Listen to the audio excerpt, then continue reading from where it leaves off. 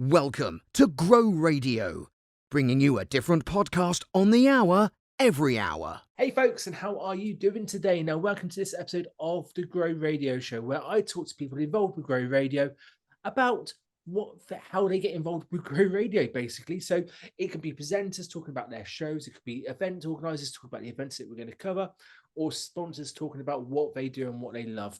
So today, I'm going to be joined by Sandra Garlick MBE. Yes, MBE, folks. And we're going to be talking about her podcast, Women Who Chat. And this is going to be a fantastic interview full of golden tips. And I'm not, when it comes to people, I look up to Sandra. She's the kind of person who I want to be when I grow up. She is that kind of level. So I am really chuffed that she's managed to spend the time today talking to me and sharing her wisdom with you guys and girls watching and listening. So Sandra, thank you very much for being on the show. How are you doing? I'm brilliant, actually, and that was a lovely intro. Thank you. And when you grow up and you're like me, I'll probably be long gone. Hey, no! Don't be silly. Don't be silly.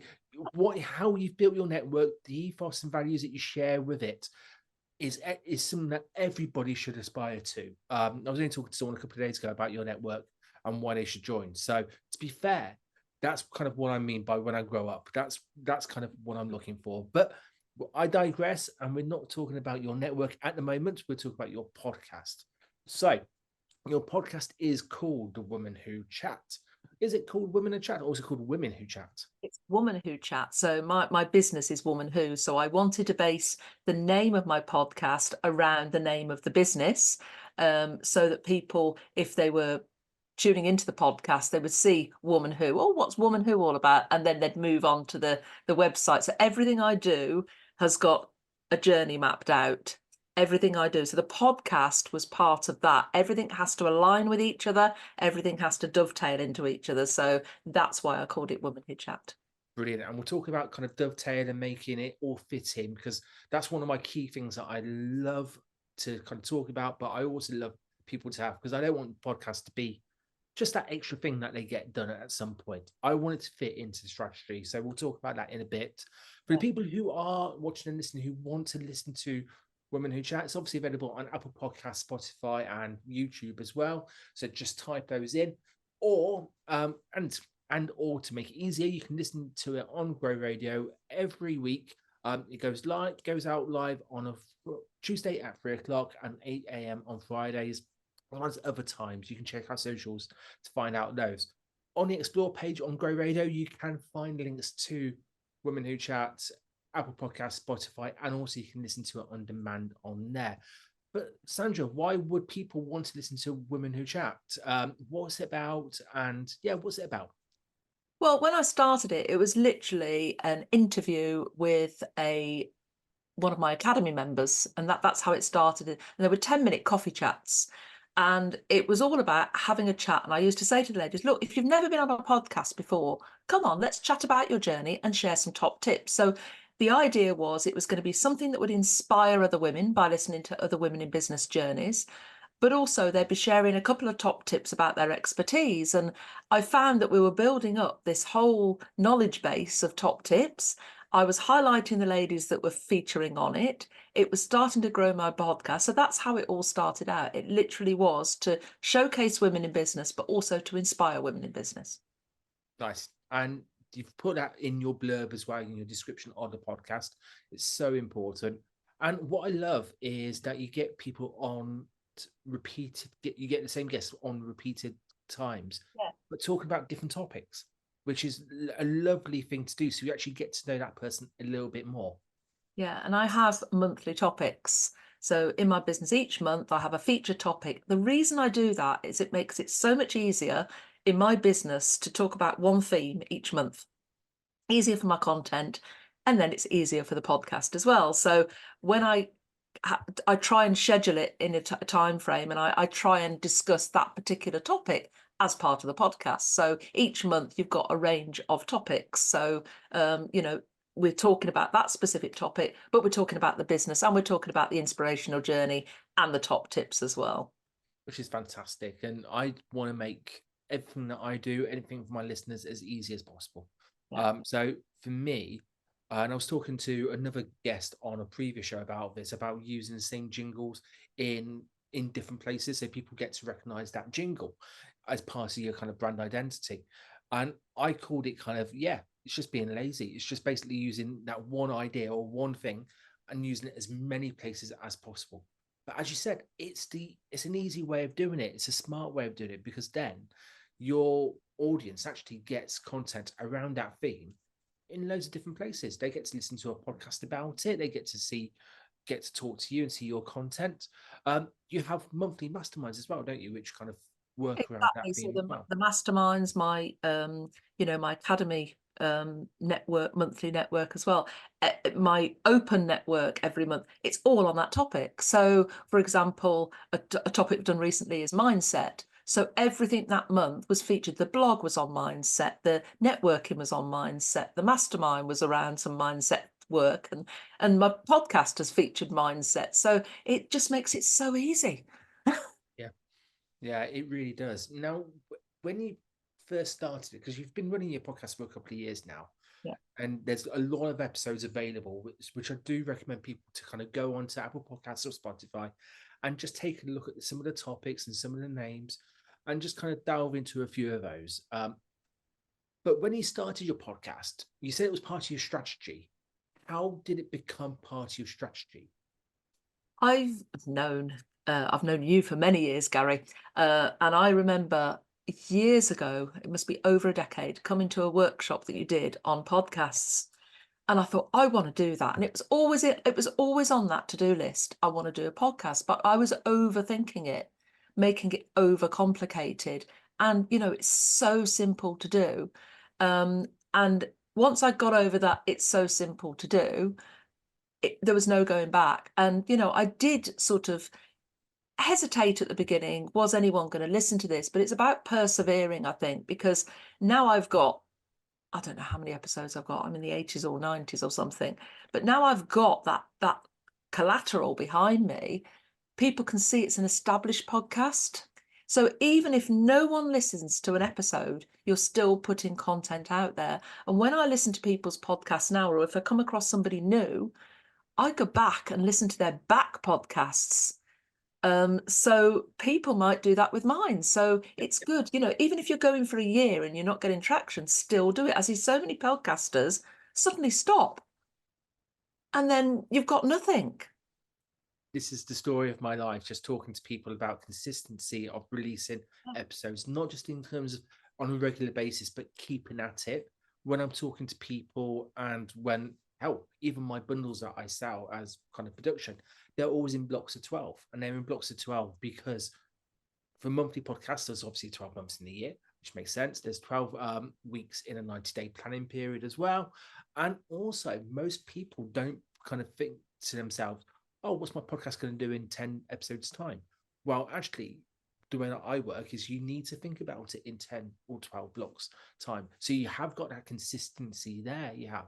And all the big podcasts didn't take off straight away. They had time to build upon that for the presenters to help make mistakes, to kind of get stuff right, get stuff wrong, and then slowly improve their processes. And then at some point, and that could be episode 50, it could be episode 100, it could be episode 200, or wherever it is, it clicks and their audience gets it, and then suddenly the floodgates open. But it does take time to hone the message. I suppose what you're doing with linking it in with everything else, you're accelerating that a little bit because you are involved in that community, you are building their skills. And I want to pick up on a point that you mentioned right at the start when you were talking about the network, was you're getting people who haven't been on podcasts before to be on your show. And I think that kind of goes back to me. Well, that resonates because I know what your network and know what your awards are like, and about you nurturing people through the process. So can you just talk about that for a little bit, about how you nurture people through kind of the process of the awards and the podcasts to kind of build themselves up and actually make them feel happy doing whatever activity you basically throw at them? Because let's put it this way, you do throw stuff at them. I do. And, I encourage people to come out of their comfort zone. People work themselves up. I've got ladies who've booked their podcasts with me, they're recording multiple times and then cancel it. They get themselves worked up. So I don't have an agenda. I don't have a script. I don't send them a questionnaire. I make it as easy as possible. And I emphasize this is just a chat. This is a getting to know you chat, or wherever the conversation goes, that's fine. Yes, I do have a few minute chat, but is there anything you don't want to talk about or whatever? But usually it just flows because of that. And I'm all for with the awards, with its speaking, whether it's anything to do around visibility. I say to people, go at your own pace. But this being on a podcast is a great first step because it can be edited. Yeah. If there's something you don't like, if the dog barks, if anything happens, it can be edited.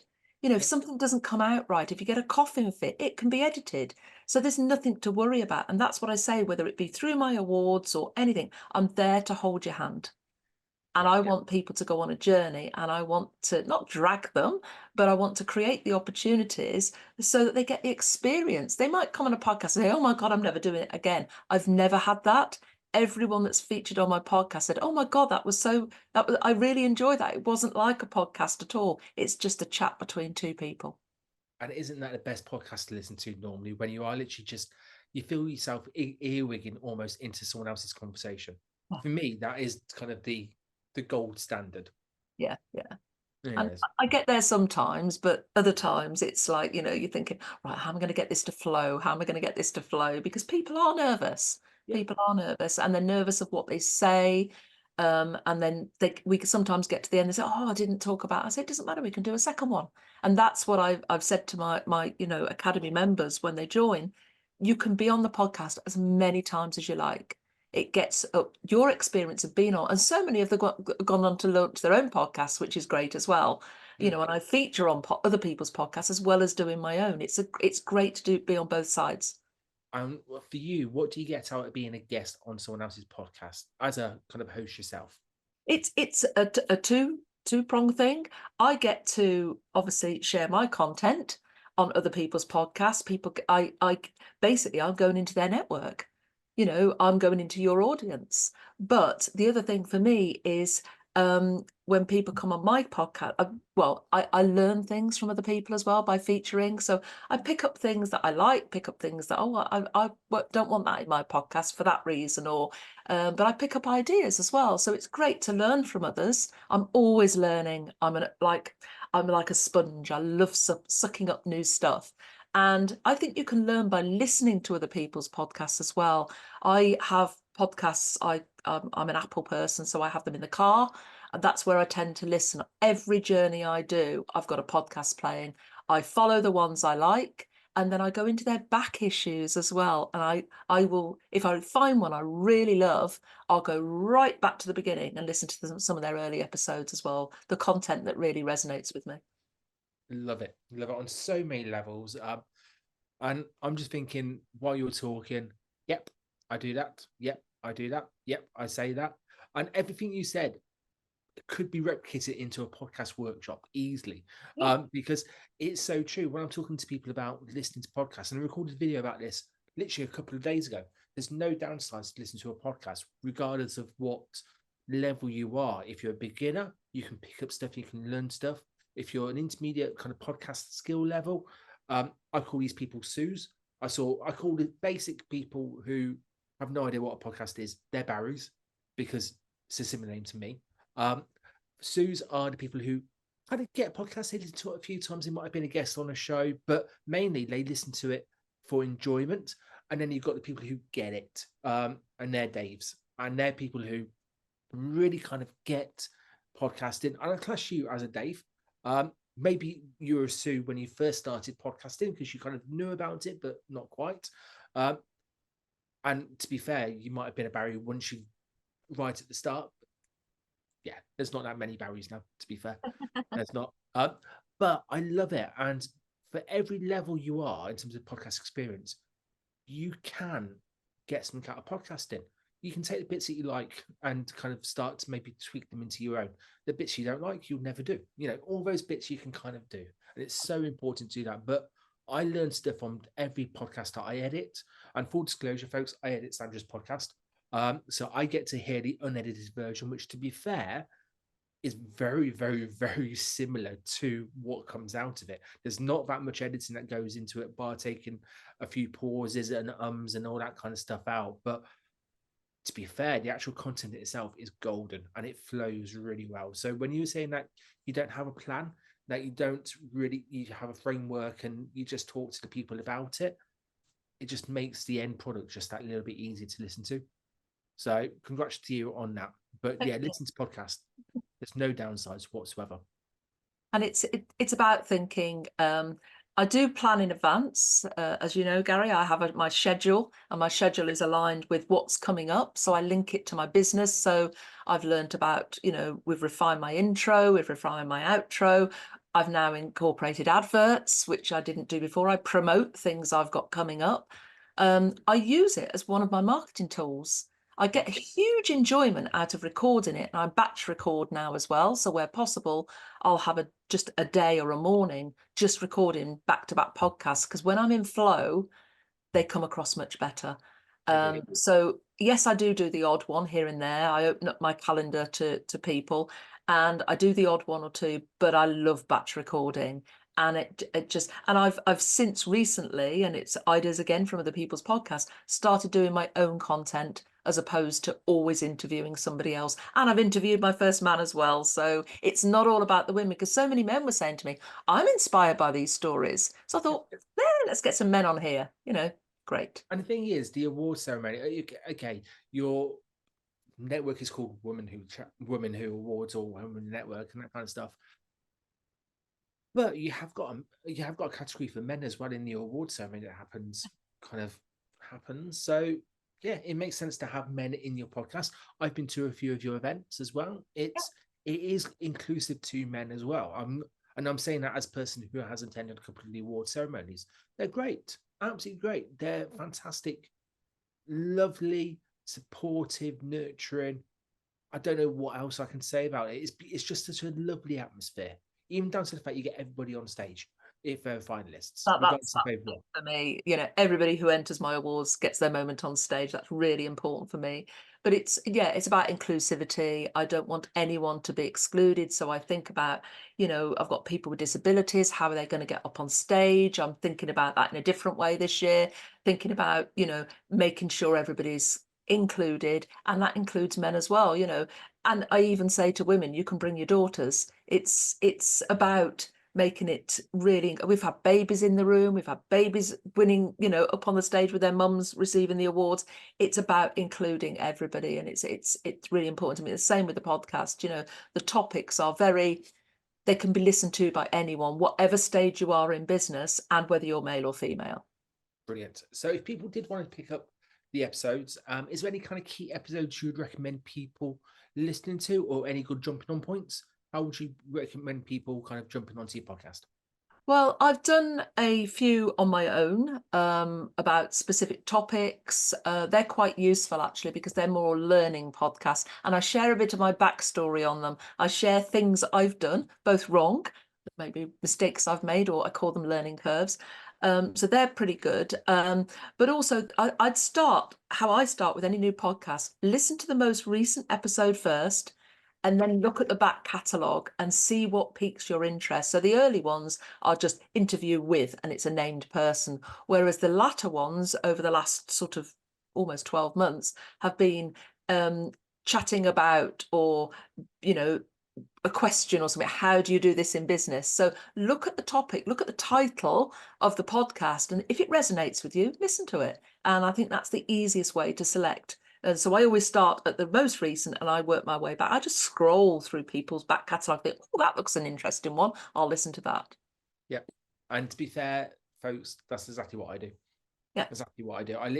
Normally I listen to someone's podcast because either I've had a chat about their podcast with them, and they've said, "Oh, take a listen." So I do listen to the most recent one.